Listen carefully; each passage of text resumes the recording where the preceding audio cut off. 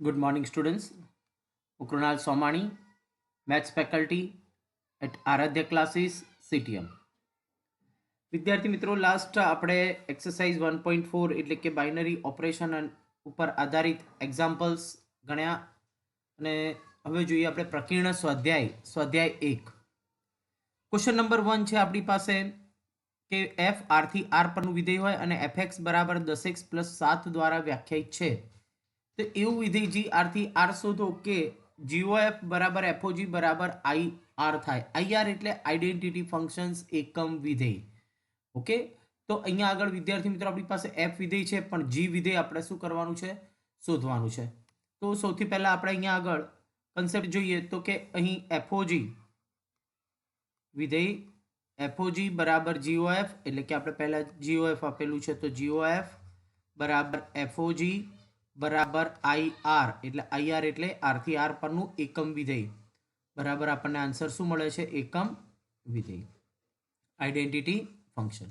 તો જો FOG બરાબર GOF બરાબર એકમ વિધેય મળે તો એનો અર્થ એવો થયો, આપણે આગળ કન્સેપ્ટ ક્લિયર કર્યો છે કે G અને F એકબીજાના શું થાય? પ્રતિવિધેય થાય. ઓકે, G અને F એ એકબીજાના પ્રતિવિધેય છે. તો અહીંયા આગળ આપણને ખ્યાલ છે કે એકબીજાના પ્રતિવિધેય છે તો એનો અર્થ એવો થયો કે f નો ઇન્વર્સ કરીએ એટલે આપણને શું મળે? g વિધેય મળે.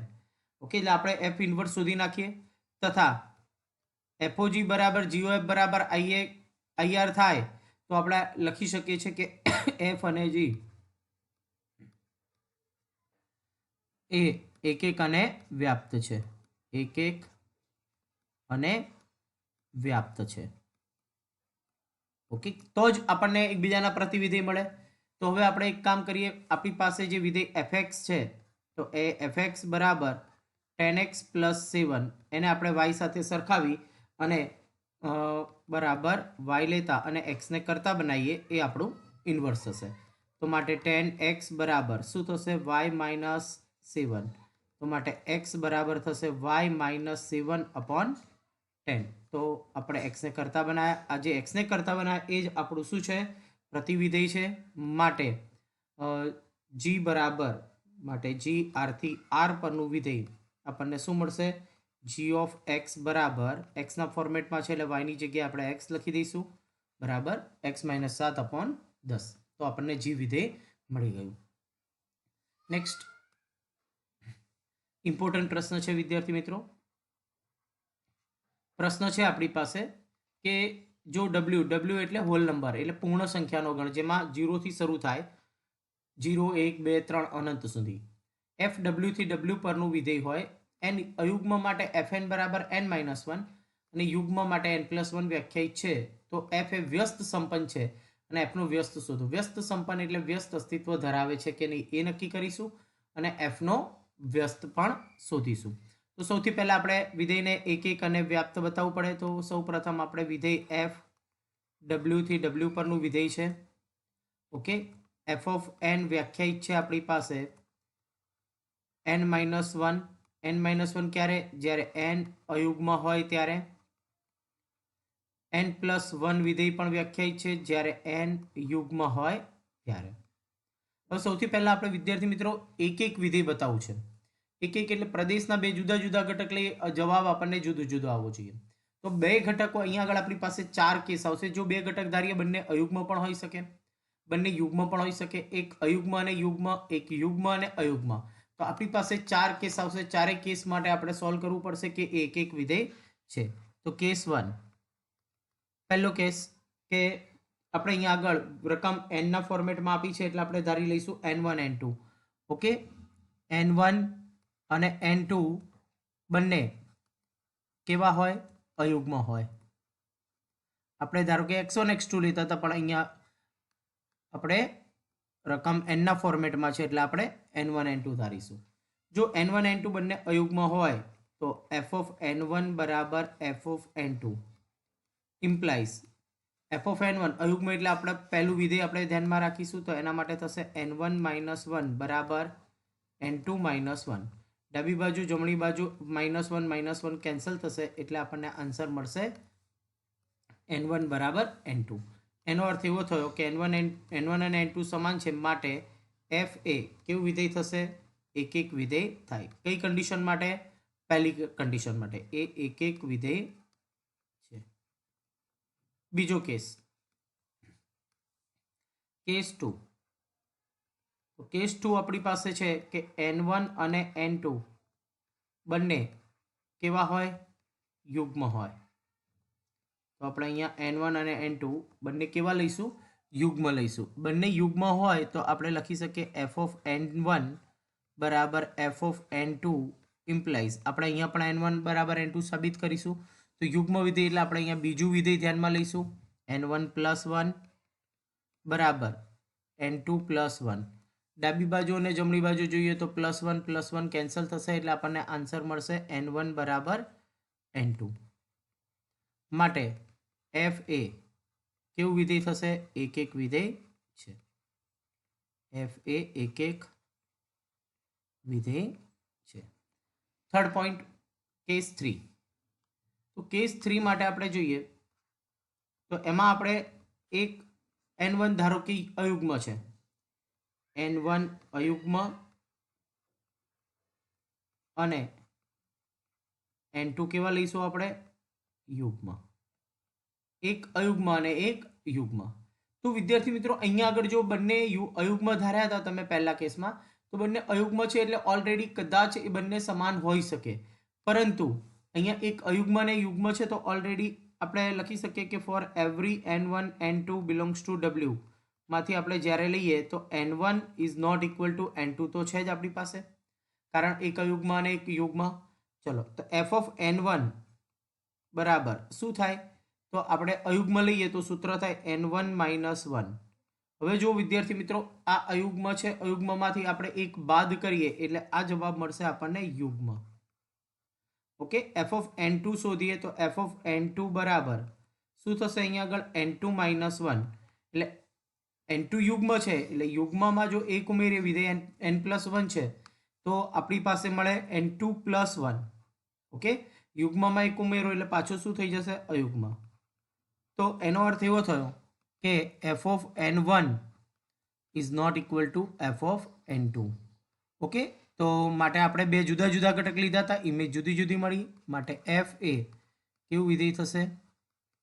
એક એક વિધેય છે. ઓકે, આ જ પ્રમાણે જોઈએ આપણે ચોથો કેસ, કેસ 4. તો કેસ 4 માટે n1 યુગ્મ અને n2 કેવા હશે? અયુગ્મ. માટે કેસ 3 પ્રમાણે આપણે સોલ્વ કરી શકીએ. ઓકે, n1 યુગ્મ અને n2 અયુગ્મ માટે આપણે આ જ પ્રમાણે શું સાબિત કરી શકીએ કે એ કેવા છે? એક એક વિધેય. અયુગ્મ માટે કેસ 3 મુજબ એક એક સાબિત કરી શકાય, અથવા પણ લખી પણ શકો છો અથવા ડાયરેક્ટ પણ સ્વીકારી શકો છો. એક એક મુજબ એક એક વિધેય છે. તો આમ જો વિદ્યાર્થી મિત્રો ચારે ચાર કન્ડિશનની અંદર વિધેય કેવું થયું? એક એક વિધેય થયું. ઓકે, તો માટે f એ એક એક વિધેય છે. f એ એક એક વિધેય છે. Okay, next. હવે આપણે નેક્સ્ટ પોઈન્ટ જોઈએ તો હવે આપણે એને વ્યાપ્ત બતાવવું પડે. વ્યાપ્ત એટલે વ્યાપ્ત વિધેય માટે. તો વ્યાપ્ત વિધેય માટે આપણે શું બતાવવું પડે? તો વ્યાપ્ત વિધેય માટે એનો વિસ્તાર સહપ્રદેશ મળવો જોઈએ. તો એક કામ કરીએ, આપણે એની રેન્જ ઓફ f શોધીએ છીએ. ઓકે, તો પહેલા બધા જ અયુગ્મ સંખ્યા લઈ લઈએ. તો પહેલા ફક્ત અયુગ્મ સંખ્યા માટે આપણે ચેક કરીએ w માંથી. તો 1 લઈએ તો 0 મળશે, પછી આપણે 3 લઈએ તો 2, 5 લઈએ તો 4, 7 લઈએ તો 6 અપ ટુ એન્ડ સોન. યોગ, હવે બધી જ યુગ્મ સંખ્યા લઈ લો. 0 લઈએ તો 1, 2 લઈએ તો 3, 4 લઈશું તો 5 અપ ટુ એન્ડ સોન. બંનેનો આપણે યોગ કરીએ છીએ એટલે 0, 1, 2, 3, 4, 5 અપ ટુ એન્ડ સોન મળે છે. એનો અર્થ એવો થયો કે શું થશે? ડબલ્યુ ડબલ્યુ બરાબર કોડોમેન ઓફ એફ. ઓકે, તો કોડોમેન ઓફ એફ અહીંયા આગળ આપણને મળે છે. એનો અર્થ શું થયો કે સહપ્રદેશ છે. ઓકે, વિસ્તાર સહપ્રદેશ માટે એટલે કે કોડોમેન ઓફ એફ એટલે કે સહપ્રદેશ આપણને મળે છે. એનો અર્થ એવો થયો કે એફ એ વ્યાપ્ત વિધેય છે. એટલે આપણે અહીંયા આગળ એકિક પણ સાબિત થયું અને વ્યાપ્ત પણ સાબિત થયું. હવે આપણે એકિક અને વ્યાપ્ત શોધ્યું એટલે જો વિધેય એકિક અને વ્યાપ્ત હોય તો એફનું પ્રતિવિધેય અસ્તિત્વ ધરાવે એટલે વ્યસ્ત સંપન્ન છે. ઓકે, પછી આપણે એનો વ્યસ્ત શોધીશું. તો જોઈએ વિદ્યાર્થી મિત્રો, અહીંયા આગળ આપણે અહીં એફ એ એકિક અને વ્યાપ્ત હોવાથી પ્રતિવિધેય મળે. ઓકે, એટલે કે માટે એફ એ વ્યસ્ત સંપન્ન છે. હવે આપણે વ્યસ્ત શોધવા માટે આપણે સૌથી પહેલા તો જોઈએ અહીંયા આગળ આપણી પાસે જે એફ વિધેય આપણને આપેલું છે એ એફ વિધેય માટે જુદી જુદી જે સંખ્યાઓ મળી છે આપણને, તો એનો આપણે ગણ બનાવીએ. તો અહીં એફ વિધેય કેવું હતું તો આપણે જોયું લાસ્ટ તો કે અહીંયા આગળ n માઇનસ અયુગ્મ 1 મૂકો તો 0 મળે છે. ઓકે, એટલે આપણને કઈ સંખ્યા મળી અહીંયા આગળ 1 મૂકતા 0 અને 0 મૂકી તો આપણને કેટલા મળ્યા 1. ઓકે, એ જ પ્રમાણે 2 મૂક્યા તો 1 વધે એટલે 3, 3 મૂક્યા તો આપણને 2 મળશે. જો અહીંયા આગળ યુગ્મ 2 મૂકો તો 3 અને અયુગ્મ 3 મૂકો તો 2. ઓકે, એટલે અહીંયા આગળ આપણી પાસે આ રીતની ક્રમયુક્ત જોડ મળશે. એ જ પ્રમાણે 4 મૂકીશું તો 5 અને 5 મૂકીએ તો 4. અયુગ્મ અને યુગ્મ માટે આપણને જુદી જુદા ક્રમયુક્ત જોડ મળે. ઓકે, પરંતુ વિદ્યાર્થી મિત્રો આપણે આ એફ વિધેય હોય એનો ઇન્વર્સ શોધીએ તો આ બંને પ્રદેશ ને સહપ્રદેશ બદલાઈ જાય. એટલે આપણે એને આ રીતે લખી શકીએ 0 1, 0 1 ને 1 0, 2 3 ને 3 2, 2 3 ને આપણે 3 2 ને આપણે લખી શકીએ 2 3, 4 5 ને આપણે લખીશું 5 4 અને 5 4 ને આપણે લખીશું 4 5 અપ ટુ એન્ડ સોન. પરંતુ વિદ્યાર્થી મિત્રો ધ્યાનથી જુઓ, આપણે જે એફ ઇન્વર્સ શોધ્યો એ તો એફ જ મળ્યા. એનો અર્થ એવો થયો કે એફ ઇન્વર્સ અને એફ એટલે કે એફ એ પોતે જ પોતાનું શું છે પ્રતિવિધેય છે. તો માટે એફ ઇન્વર્સ ક્યાંથી ક્યાંનું થશે ડબલ્યુ થી ડબલ્યુ પરનું વિધેય અને એફ ઇન્વર્સ એન બરાબર વિધેય એના એ જ મળશે. એટલે કે n-1 ક્યારે n અયુગ્મ હોય ત્યારે અને n+1 ક્યારે જ્યારે n યુગ્મ હોય ત્યારે. એટલે કે જો n યુગ્મ હોય તો ઓકે, એટલે ટૂંકમાં એફનું પ્રતિવિધેય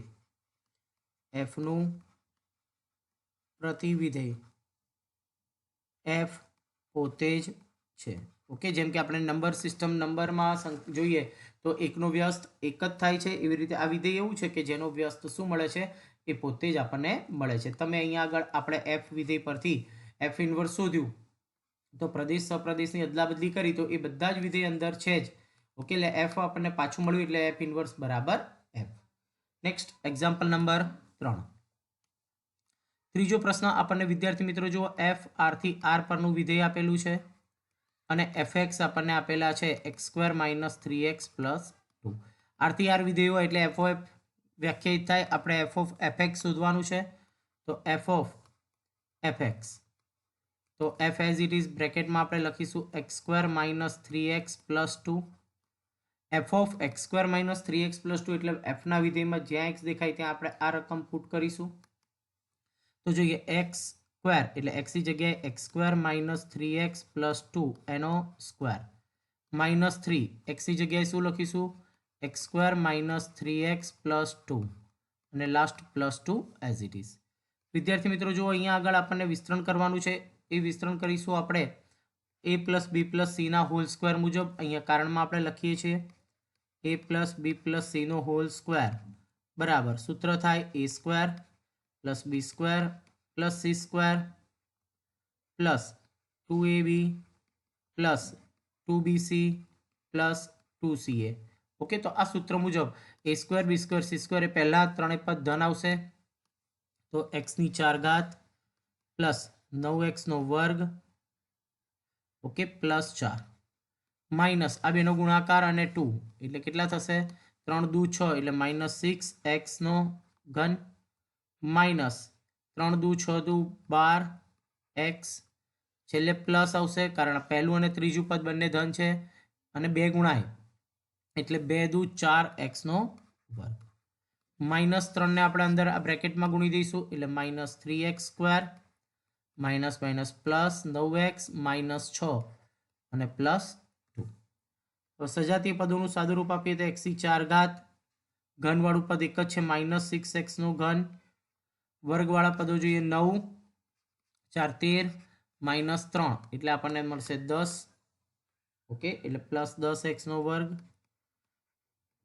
x વાળા પદો જોઈએ -12 વત્તા 9 એટલે -3 -3 ओके अपनी पास अहीं 10x નો વર્ગ -3x ओके અને હવે અચળ પદ જોઈએ તો 4 અને 2 6 કેન્સલ થઈ જશે તો આપણને FOF મળી જશે x ની 4 ઘાત -6x નો ઘન વત્તા 10x નો વર્ગ -3x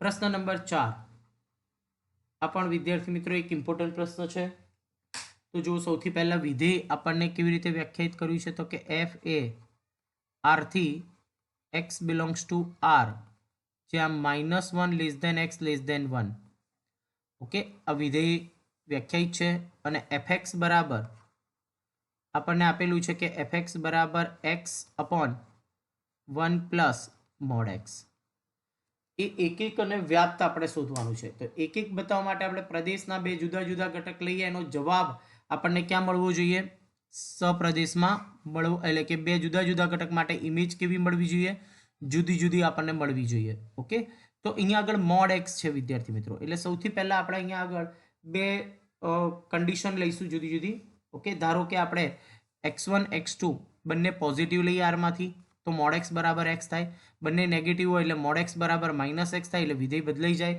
પછી આપણે એક ધન અને એક ઋણ માટે પણ ચેક કરીશું ચાર કેસ જે હમણાં આપણે આગળ સોલ્વ કર્યો એ જ પ્રમાણે તો સૌથી પહેલા આપણે લઈએ કેસ 1 કેસ 1 માં આપણે જોઈશું કે x1 અને x2 બંને આપણે greater than or equal to 0 લઈએ તો એનો અર્થ એવો થયો mod x બરાબર x થાય એટલે mod x1 બરાબર x1 અને x2 બરાબર x તો આપણું વિધેય શું થઈ જશે fx x upon 1 plus x આ આપણું વિધેય થઈ ગયું વિદ્યાર્થી મિત્રો હવે આપણે અહીંયા આગળ જોઈએ બંને પોઝિટિવ લઈએ તો f of x1 બરાબર f of x2 implies સૂત્ર થાય આપણી પાસે x1 upon 1 plus x1 બરાબર x2 upon 1 plus x2 ચોકડી ગુણાકાર કરી સાદું રૂપ આપીએ તો x1 plus x1 x2 બરાબર x2 plus x1 x2 ડાબી બાજુ અને જમણી બાજુ બંને બાજુથી x1 x2 શું થશે કેન્સલ તો આપણે લખી શકીએ અહીંયા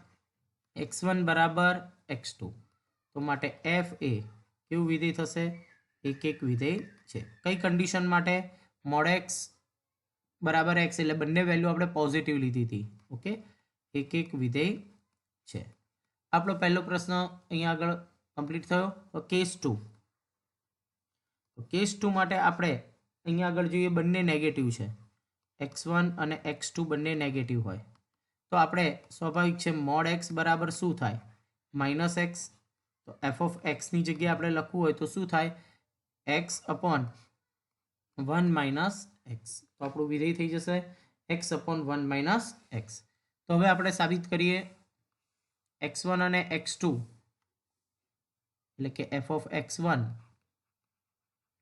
बराबर f of x2 implies f of x1 એટલે કેટલા થશે x1 upon 1 minus x1 બરાબર x2 upon 1 minus x2 ચોકડી ગુણાકાર કરી સાદું રૂપ આપીએ એટલે x1 minus x1 x2 બરાબર x2 minus x1 x2 ડાબી બાજુ અને જમણી બાજુ બંને બાજુથી x1 x2 સમાન ચિહ્ન છે એટલે કેન્સલ થશે આપણને આન્સર મળશે x1 બરાબર x2 તો માટે એફ એ કેવું વિધેય થયું? એક એક વિધેય છે સેકન્ડ કન્ડિશન માટે પણ, એટલે કે એક એક વિધેય છે.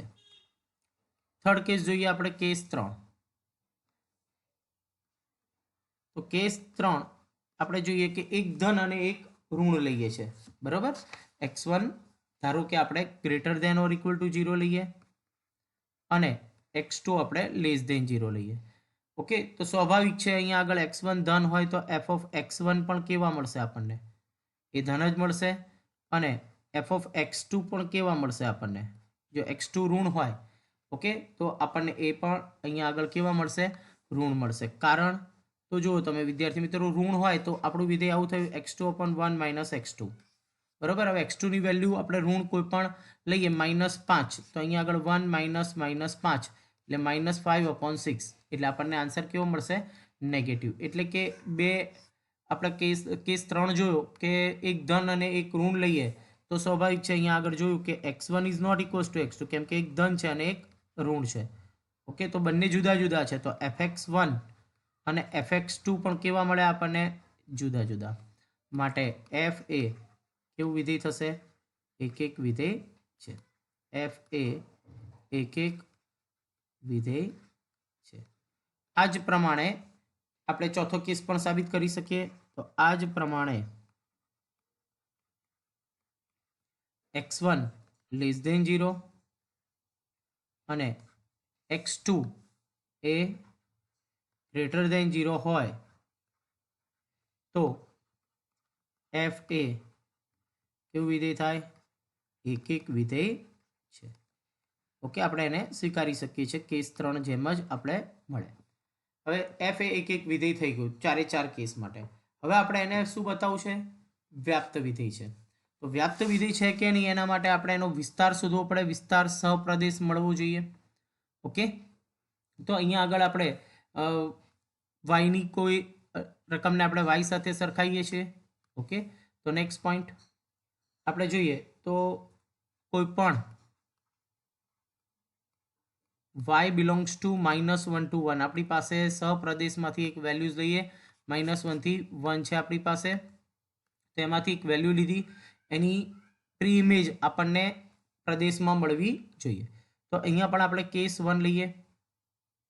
પહેલો કેસ કે જો y 0 અને 1 ની વચ્ચે હોય એટલે પોઝિટિવ હોય. ઓકે, 0 અને 1 ની વચ્ચે હોય તો fx શું બની જશે? પોઝિટિવ વેલ્યુ જ આવશે બધી. x upon mod x લખવાની જરૂર નથી, એને તમે x લખી શકો છો. ઓકે, હોય તો x upon 1 plus x, કારણ y આપણને જવાબ કેવો મળે છે? પોઝિટિવ મળે છે. ઓકે, નેક્સ્ટ તો હવે અહીંયા આગળ આપણે સાદું રૂપ આપી દઈએ ચોકડી ગુણાકાર કરીને, x બરાબર y પ્લસ xy. x ને કરતા બનાવવા માટે આપણે x માઇનસ xy બરાબર y, માટે x ને કરતા બનાવીએ તો આપણને આન્સર મળે y upon 1 minus y. આ x ની વેલ્યુ આપણે મૂળ રકમમાં મૂકીએ f ઓફ x માં, તો f ઓફ x આપણી પાસે કેટલા છે? તો f ઓફ x આપણી પાસે છે x upon 1 plus x. તો એમાં આપણે y upon 1 minus y મૂકીએ છીએ, તો જો y upon 1 minus y છેદમાં 1 plus y upon 1 minus y, લસા આવશે 1 minus y અને લસા કેન્સલ એટલે અંશમાં આવશે y. આ 1 minus y આ એક સાથે ગુણાશે લસા લઈએ એટલે 1 plus y 1 minus y. Okay, 1 minus y plus y, y cancel એટલે y upon 1 બરાબર y. તો y મળી ગયા. ઓકે, એનો અર્થ એવો થયો કે એ કેવું વિધેય થશે? વ્યાપ્ત. f એ વ્યાપ્ત વિધેય છે. ઓકે, આ પ્રથમ કેસ માટે વ્યાપ્ત વિધેય થઈ ગયું. હવે આપણે કેસ 2 લઈએ તો બીજી કન્ડિશન માટે. ઓકે, તો આપણી પાસે y ક્યાંથી લેવાના? -1 અને 0 ની વચ્ચે. 0 આપણે પહેલા કેસમાં ઇન્ક્લુડ કર્યા છે, તો બધી જ વેલ્યુ નેગેટિવ થાય. ઓકે, તો fx બરાબર mod x ની જગ્યાએ x મળે -x. ઓકે, હવે આપણે શું કરીશું? એને y ધારી લઈએ, x upon 1 minus x બરાબર y લેતા. તો આપણે જોઈએ તો x બરાબર y minus xy. x ને કરતા બનાવીએ તો x વાળા પદો સાથે લખીએ તો x પ્લસ એક્સ વાય બરાબર વાય, એક્સને કરતા બનાવીએ તો આન્સર મળશે વાય અપોન 1 પ્લસ વાય. તો હવે આ વિધેય આપણે મૂળ એફએક્સમાં એક્સની વેલ્યુ મૂકીશું. તો એફએક્સ છે આપણી પાસે એક્સ અપોન 1 માઇનસ એક્સ, તેમાં કિંમત મૂકો f of y upon 1 minus Y.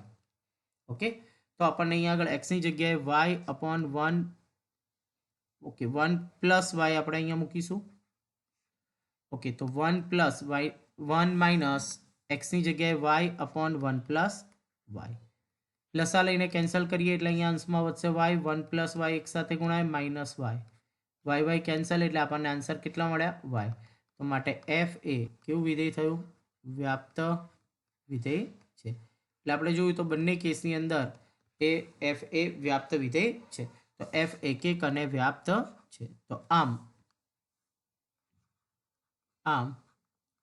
F એ એક અને વ્યાપ્ત છે. ઓકે, અને વિદ્યાર્થી મિત્રો ઇમ્પોર્ટન્ટ પ્રશ્ન પણ છે. ઓકે, ચાલો નેક્સ્ટ એના પછીનો પ્રશ્ન જોઈએ આપણે. પ્રશ્ન નંબર 5. 5મા નંબરનો પ્રશ્ન છે વિદ્યાર્થી મિત્રો આપણી પાસે કે એફ આરથી આર એક્સ ક્યુબ એક છે. તો જો વિદ્યાર્થી મિત્રો આરથી આર માટે એક્સ ક્યુબનો આલેખ આ પ્રકારે મળે છે. કોઈ પણ રેખા દોરો એ એક્સ અક્ષને એક સમાંતર દોરીએ તો એ આપેલ ગ્રાફને એક જ બિંદુમાં છેદે, માટે એ શું થશે? એક વિધેય છે. ઓકે, આપણે એમસીક્યુમાં હોય તો ડાયરેક્ટ સ્વીકારી શકીએ છીએ આ રીતે. ઓકે, તો અહીં એફ વિધેય ક્યાંથી ક્યાંનું છે? આરથી આર પરનું વિધેય. એફ એક્સ બરાબર એક્સ ક્યુબ.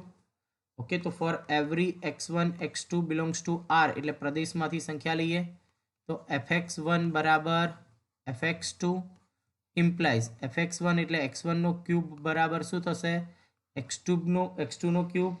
ઓકે, ઇમ્પ્લાઇઝ સ્વાભાવિક છે ઘન દૂર કરો એટલે બંને બાજુ શું થઈ જશે? ઘનમૂળ થાય. ઘન દૂર કરીએ એટલે આપણે ઘનમૂળ લઈએ બંને બાજુ તો x1 બરાબર x2 મળે. પરંતુ વિદ્યાર્થી મિત્રો અહીંયા આગળ આપણે x1 cube minus x2 cube બરાબર 0 એના અવયવ પાડો. x1 માઇનસ x2, બીજો અવયવ મળશે x1 square plus x1 x2 પ્લસ x2 સ્ક્વેર બરાબર 0. ઓકે, હવે જો વિદ્યાર્થી મિત્રો અહીંયા આગળ આપણે જોઈ શકીએ કે x1 માઇનસ x2 બરાબર 0, માટે x1 બરાબર કેવા થયા? x2. ઓકે, હવે જો તો અહીંયા આગળ આપણી પાસે જે વેલ્યુઝ છે. ઓકે, તો x1 નો સ્ક્વેર પ્લસ x1 x2 પ્લસ x2 નો સ્ક્વેર બરાબર 0 જે શક્ય નથી. ઓકે, તો એની વેલ્યુ ક્યારે પણ શક્ય આવશે એ તમે કોઈ પણ વેલ્યુઝ પુટ કરશો તો એ 0 નહીં આવે. તો માટે એફ એ કેવું વિધેય થયું? એક વિધેય છે. એફ એ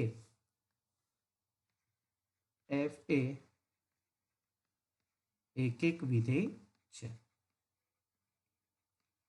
એમસીક્યુમાં આવે તો તમે ડાયરેક્ટ પણ લખી શકો. પ્રશ્ન નંબર 6 વિદ્યાર્થી મિત્રો જો પ્રશ્નમાં આપણને કીધું છે કે એફ એન થી ઝેડ અને જી ઝેડ થી ઝેડના ઉદાહરણ એવા આપો કે જીઓએફ એક હોય અને જી એક ન હોય. એક્ઝામ્પલમાં અહીંયા આગળ સૂચન આપ્યું છે કે એફએક્સ બરાબર એક્સ અને જીએક્સ બરાબર મોડ એક્સનો વિચાર કરો. હવે જો અહીંયા આગળ આપણને જોવા જઈએ તો હિન્ટ આપેલી છે. એક્ઝામમાં આવી હિન્ટ નહીં હોય તો આપણે શું કરવું? જો આપણને આના જે એફએક્સ અને જીએક્સ યાદ હોય તો નો પ્રોબ્લેમ, આપણે એને સોલ્વ કરી શકીએ. હવે જો આપણે કદાચ ખ્યાલ ના આવે અને વિચારવું હોય તો જી એ એક ન હોય. એક ન હોય એટલે કે બે જુદી જુદી રકમ માટે સમાન જવાબ આવે. એટલે તમે કેવું વિધેય લઈ શકો છો? એક્સ સ્ક્વેર લો તો 2 અને -2 માટે ચેક કરો સમાન જવાબ આવે. માનાંક વિધેય લઈ લો 2 અને -2 માટે સમાન આવે એટલે એક થાય નહીં. જો તમે એક્સ લેશો ને તો જવાબ બદલાઈ જશે. તમે એક્સ ક્યુબ લેશો તો જવાબ બદલાઈ જશે. એટલે તો એક થઈ જશે. એટલે આપણે એક્સ સ્ક્વેર કાં તો મોડ એક્સ લઈ શકો. અહીંયા મોડ એક્સનો આપણને જવાબ આપેલો છે. તો આપણે જે ટેક્સના ઉદાહરણ લીધા છે હિન્ટ માટે એ જ જોઈએ. તો જો સૌથી પહેલા આપણી પાસે એફ એન થી ઝેડ પરનું વિધેય છે. એફ એક્સ બરાબર એક્સ ધારીએ અને જી બરાબર ઝેડ થી ઝેડ. ઓકે, અને જી ઓફ એક્સ બરાબર આપણે કેટલા ધારીએ? Mode x. તો સ્વાભાવિક છે કે અહીં જી એક નથી. અહીં જી એક નથી. કારણ આપી દઈએ તો કારણ કે 2 અને 2 બિલોંગ્સ ટુ ઝેડ અને -2 બિલોંગ્સ ટુ ઝેડ. ચલો જી ઓફ 2 કેટલા થાય? g of 2 2, g of -2 બરાબર પણ 2. ઓકે, તો અહીંયા આગળ બે જુદી જુદી રકમ માટે જવાબ કેવો મળે છે? સમાન મળે છે. ઓકે, તો માટે એક એક નથી, એટલે આપણી એ શરતનું પાલન થાય છે. ઓકે, સેકન્ડ પોઈન્ટ આપણી પાસે છે કે GOF એક એક વિધેય થાય. ઓકે, તો GOF માટેની કન્ડિશન તો આપણે જોઈએ રેન્જ ઓફ GOF એટલે એફની રેન્જ એટલે ઝેડ, જીનો પ્રદેશ એટલે ઝેડ. તો GOF ક્યાંથી ક્યાંનું થાય? એનથી ઝેડ પરનું વિધેય મળશે આપણને. ઓકે, તો ક્યાંથી ક્યાંનું વિધેય મળશે આપણને? એનથી ઝેડ પર. તો સૌથી પહેલા આપણે લખીએ કે GOF એનથી ઝેડ પર વ્યાખ્યાયિત છે. ઓકે, અને GOF ઓફ એક્સ શું થાય? G of fx, g as it is. fx કેટલા છે આપણી પાસે? x, અને g ઓફ x બરાબર શું થાય? g ઓફ x બરાબર, એટલે જીના વિધેયમાં જ્યાં x દેખાય ત્યાં આપણે શું મૂકીશું? કે આપણે x મૂકીશું, એટલે શું થઈ જશે? Mod x. હવે તમે જોઈ શકો છો for every x1 x2 belongs to n, nમાંથી જ ઘટક લેવાના છે. Okay, for every x1 x2 belongs to n, fx1 is not equals to fx2. બે જુદા જુદા ઘટક લો. ઓકે, 5 લો તો માનાંકમાં 5, એટલે કે માનાંકમાં x1 બરાબર માનાંકમાં x2. ઓકે, એટલે બંનેના જવાબ કેવા હશે? જુદા જુદા. એટલે માટે આપણે લખી શકીએ છીએ GOF એ કેવું થાય? એક એક વિધેય છે. ઓકે, હવે જો વિદ્યાર્થી મિત્રો અહીંયા આગળ કોઈ પણ બે પ્રાકૃતિક સંખ્યા લઈ લો, 2 અને 3, તો અહીંયા મૂકીએ તો માનાંકમાં 2 અને 3, એટલે 2 અને 3 જ મળે, એટલે જુદા જુદા જ મળ્યા. ઓકે, એટલે એક એક છે. 7મા નંબરનો પ્રશ્ન સેમ આવો જ પ્રશ્ન છે. તમને ઉદાહરણ આપ્યું છે, તમે ઉદાહરણ લઈને પણ વ્યાપ્ત GOF છે એવું બતાવવાનું છે, અને એફ વ્યાપ્ત નથી. ઓકે, એટલે 7મા નંબરનો પ્રશ્ન તમારે સેલ્ફ ટ્રાય કરવાનો છે. પ્રશ્ન નંબર 8. તો 8મા નંબરનો પ્રશ્ન જોઈએ આપણે વિદ્યાર્થી મિત્રો. તો સૌથી પહેલા તો પ્રશ્ન જોઈએ તો x એ આપેલ અરિક્ત ગણ છે, એટલે x એ ખાલી ગણ નથી, એટલે x is not equals to 5. Okay, x ના તમામ ઉપગણોનો ગણ px છે. હવે વિદ્યાર્થી મિત્રો અહીંયા જે આપણે ચર્ચા કરવી છે એના માટે હું ગણ ચેપ્ટરની ડિસ્કશન કરું છું. ધારો કે કોઈ એક ગણ છે x બરાબર 1 2. ઓકે, તો એના ઉપગણો કેટલા મળે? 4, 5 1 2, અને સિંગલ સિંગલ લખીએ તો 1 અને 2. આ એના ઉપગણ છે, બરોબર. હવે આ ઉપગણો જે મળ્યા આપણને 4, એ ઉપગણોને આપણે એક નવા ગણમાં લખીએ છીએ. ઓકે, તો આપણને પાવર ઓફ સેટ એટલે ઘાત ગણ મળે આપણને. ઓકે, p ઓફ x એટલે શું કહેવાશે? એનું ઘાત ગણ. હવે જુઓ આ ચારે ચાર શું છે? તો કે x ના ઉપગણ. ઓકે, પરંતુ p ઓફ x ના શું થાય? સભ્યો થાય. ઓકે, જોઈ શકો છો 1 2 એ એનો ઉપગણ છે, એક ઉપગણ છે, પરંતુ p ઓફ x નો શું છે? ઘાતગણ છે. ઓકે, એટલે જે ઉપગણ છે એ p ઓફ x ના શું થાય? સભ્યો થશે. ઓકે, એટલે આપણને કન્સેપ્ટ ખ્યાલ હોવો જોઈએ. ચાલો નેક્સ્ટ હવે આપણે કન્ટિન્યુઅસ કરીએ. તો x ના તમામ ઉપગણ px નો વિચાર કરીએ. px માં સંબંધ r પ્રમાણે નીચે પ્રમાણે વ્યાખ્યાયિત છે. ઓકે, px ના ઉપગણો a અને b માટે a સબસેટ b તો અને તો જ, એટલે કે બોથ ઇમ્પ્લાઇઝ બંને બાજુ a રિલેશન b, એટલે a અને b વચ્ચે સંબંધ ક્યારે વ્યાખ્યાયિત થાય? એટલે કે a રિલેશન b એવી રીતે વ્યાખ્યાયિત કરેલો છે કે a સબસેટ b થાય. બરોબર. ઓકે, એટલે સંબંધ આપણને આપ્યો છે કે a સબસેટ b હોય ને તો આપણા રિલેશનમાં આવે, સંબંધમાં આવે. હવે આપણો પ્રશ્ન છે કે એ સામ્ય સંબંધ છે? સામ્ય સંબંધ એટલે સ્વવાચક, સંમિતતા, પારંપરિકતા આપણે અહીંયા આગળ તપાસવું પડે. તો હવે જોઈએ સૌથી પહેલા તો સામ્ય સંબંધ માટે સ્વવાચક માટે શું કરીએ છીએ? કોઈ એક જ ઘટક લઈએ છીએ આપણે. ઓકે, તો a belongs to p of x, એટલે p ઓફ x નો એક ઘટક લઈએ. તો a રિલેશન a માટે આપણે લખી શકીએ કે a સબસેટ a, એટલે કે દરેક ગણ એ પોતે પોતાનો શું છે? ઉપગણ છે, એટલે આ સત્ય છે. ઓકે, તો સત્ય છે, દરેક ગણ એ પોતે પોતાનો શું છે? ઉપગણ છે. એનો અર્થ એવો થયો કે r એ શું છે? સ્વવાચક છે. ઉપગણ હોય, ઓકે, તો એ આપણા સંબંધમાં આવશે. સેકન્ડ પોઈન્ટ જોઈએ સંમિત માટે. સંમિત માટે આપણે એક ઓર્ડર પેર લઈએ. ધારો કે એક ઉદાહરણ લઈ લઈએ, a બરાબર 1 2 અને b બરાબર લઈ લઈએ 1 2 3. તમે જોઈ શકો છો કે a સબસેટ b આપણને રિલેશન આપ્યો છે સંબંધ, તો b સબસેટ એ થવું જોઈએ. ઓકે, તો આપણે ઉદાહરણ લીધા a સબસેટ b એટલે આપણા સંબંધમાં તો આવશે જ. ઓકે, એ રિલેશન b માટે a સબસેટ b છે, પરંતુ b is does not subset a માટે સંમિત નથી. હવે વિદ્યાર્થી મિત્રો આપણો પ્રશ્ન એવો હતો કે સામ્ય સંબંધ છે. ઓકે, એવો પ્રશ્ન હતો એટલે આપણે અહીંયાથી સ્ટોપ થઈ શકીએ છીએ. ઓકે, તો સંમિત નથી, 3 શરતનું પાલન થવું જોઈએ. સ્વવાચક, સંમિત અને પરંપરિત. સંમિત નથી માટે આપણે લખી શકીએ છીએ કે એ આર પર સામ્ય સંબંધ નથી. ઓકે, આપણે ધારો કે પરંપરિત પણ ચેક કરીએ. ઓકે, આ મળે કે ના મળે. ક્યારેક પ્રશ્ન એવું પૂછે કે સ્વવાચક સંમિતતા અને પરંપરિતતા છે કે નહીં, ચકાસો. તો આપણે જોઈએ કે એ રિલેશન બી બરોબર અને બી રિલેશન સી આપણે લઈએ. ઓકે, તો એનો અર્થ એવો થયો કે માટે શું લખી શકીએ આપણે? એ સબસેટ બી અને બી સબસેટ સી. જો એ સબસેટ બી હોય, બી સબસેટ સી હોય તો આપણે સ્વાભાવિક છે એ સબસેટ સી માટે આપણે શું લખી શકીએ? એ અને સી વચ્ચે પણ રિલેશન છે. ઓકે, માટે આર શું છે? પરંપરિત છે, પરંતુ શું સામ્ય સંબંધ નથી. પરંતુ આમ સંમિત નથી એટલે માટે આર પીએક્સ પર સામ્ય સંબંધ નથી. સામ્ય સંબંધ નથી કારણ સંમિત નથી માટે. ઓકે, નેક્સ્ટ એના પછી જોઈએ વિદ્યાર્થી મિત્રો 9મો પ્રશ્ન એ બાઇનરી ઓપરેશન ઉપર આધારિત છે. દિક્ક્રિયા એટલે આપણે એ નેક્સ્ટ લેક્ચરમાં જોઈશું. પ્રશ્ન નંબર 10 આ પણ ઇમ્પોર્ટન્ટ MCQ માટે. ઓકે, વ્યાપ્ત વિધેયોની સંખ્યા એટલે આપણી પાસે અહીંયા આગળ a થી a પરનું વ્યાપ્ત વિધેયોની સંખ્યા. તો આપણી પાસે વિદ્યાર્થી મિત્રો સૂત્ર છે, એ સૂત્ર આપણે યાદ રાખીશું. વ્યાપ્ત વિધેયોની સંખ્યા કેટલી મળે? ધારો કે a બરાબર આપણે ગણધારી લઈએ, a બરાબર 1 2 3 અપ ટુ n. ઓકે, તો n સભ્યો આવેલા છે, તો નંબર ઓફ a આપણી પાસે કેટલા છે? n. તો f એ a થી a પરનું વિધેય હોય તો એના માટે વ્યાપ્ત વિધેયોની સંખ્યા, વ્યાપ્ત વિધેયોની સંખ્યા એનું સૂત્ર છે NPN.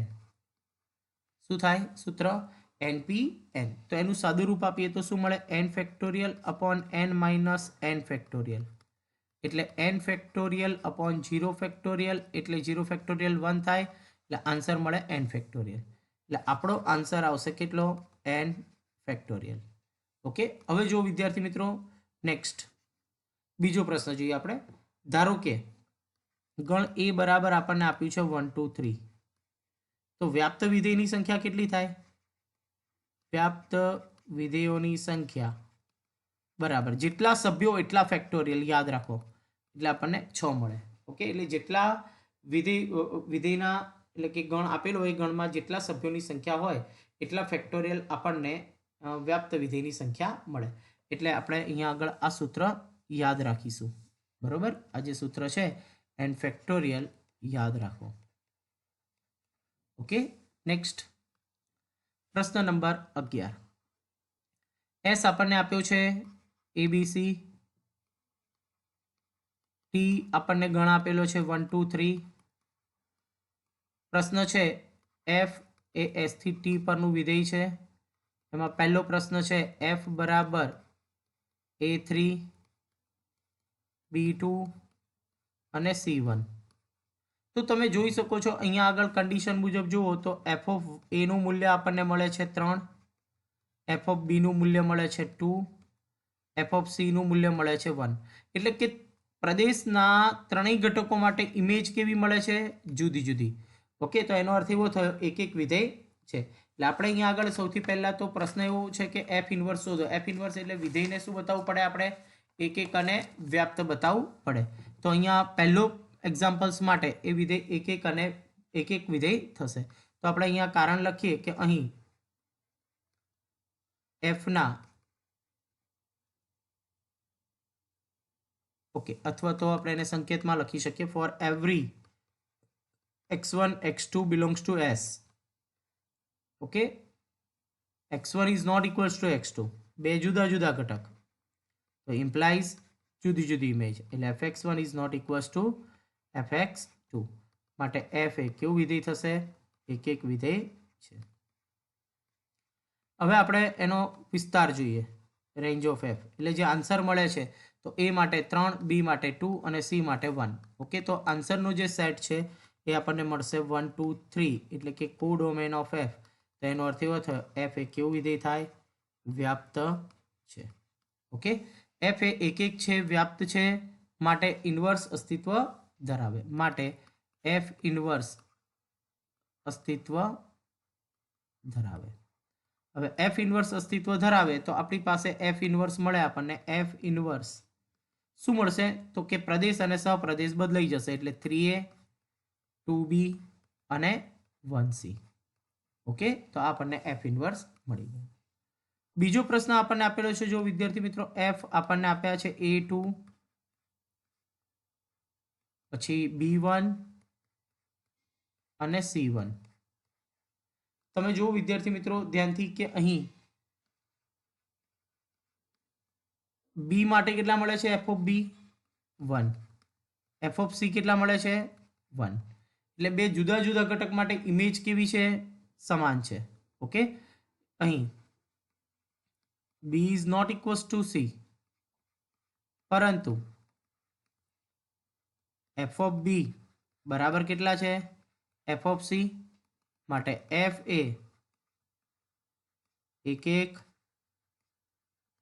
નથી. એફ એ એક એક નથી તો આપણે શું કહી શકીએ? કે ઇન્વર્સ અસ્તિત્વ ધરાવે નહીં. માટે એફ ઇન્વર્સ અસ્તિત્વ ધરાવે નહીં, અથવા એફ ઇન્વર્સ ન મળે. ઓકે,